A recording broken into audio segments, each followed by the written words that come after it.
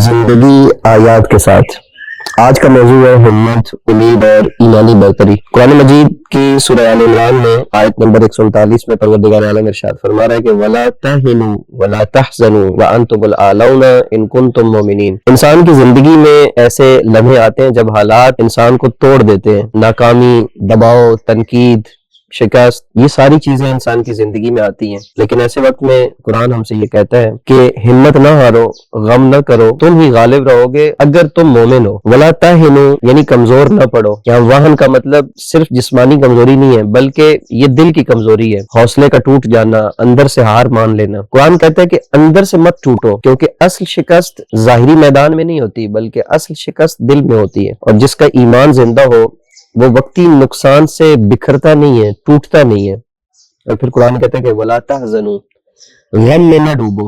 غم آنا فطری ہے، مگر غم میں رہ جانا، غم میں باقی رہ جانا یہ کمزوری ہے۔ یہ آیت ہمیں جذباتی توازن سکھاتی ہے کہ نقصان ہوا ہے، کوئی شک نہیں ہے، لیکن اس سے سبق لو، مگر خود کو مایوسی میں دفن نہ کرو۔ ایمان والا شخص ناکامی کو اپنا آخری انجام نہیں سمجھتا، وہ اسے ایک مرحلہ سمجھتا ہے۔ اور پھر قرآن کہتا ہے کہ وَأَنْتُمُ الْأَعْلَوْنَ، یعنی تم ہی برتر ہو۔ اور یہ صرف ایک خالی تسلی نہیں ہے بلکہ ایک یقین کا اعلان ہے۔ اعلون یعنی تم اوپر ہو، تم برتر ہو، اخلاق میں، مقصد میں، اپنے راستے میں۔ ممکن ہے وسائل کم ہو، ممکن ہے تعداد میں کم ہو، مگر معیار بلند ہو تو برتری تمہاری ہے۔ لہٰذا یہ آیت ہمیں سکھاتی ہے کہ برتری صرف طاقت سے نہیں بلکہ ایمان سے آتی ہے، اور اس کی شرط کیا ہے؟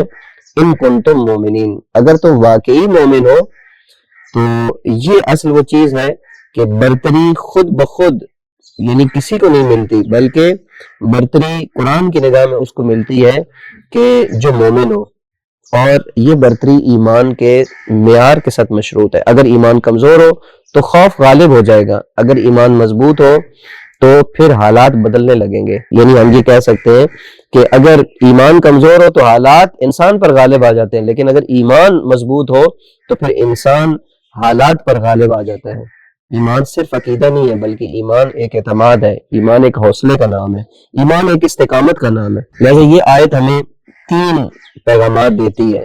سب سے پہلے ہمت، اس کے بعد امید، اور پھر وقار۔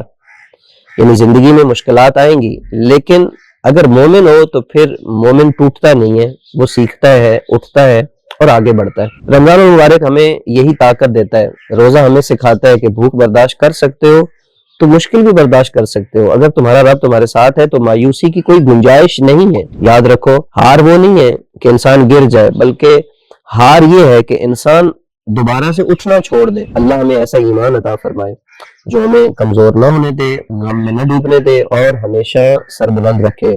والسلام علیکم ورحمۃ اللہ وبرکاتہ۔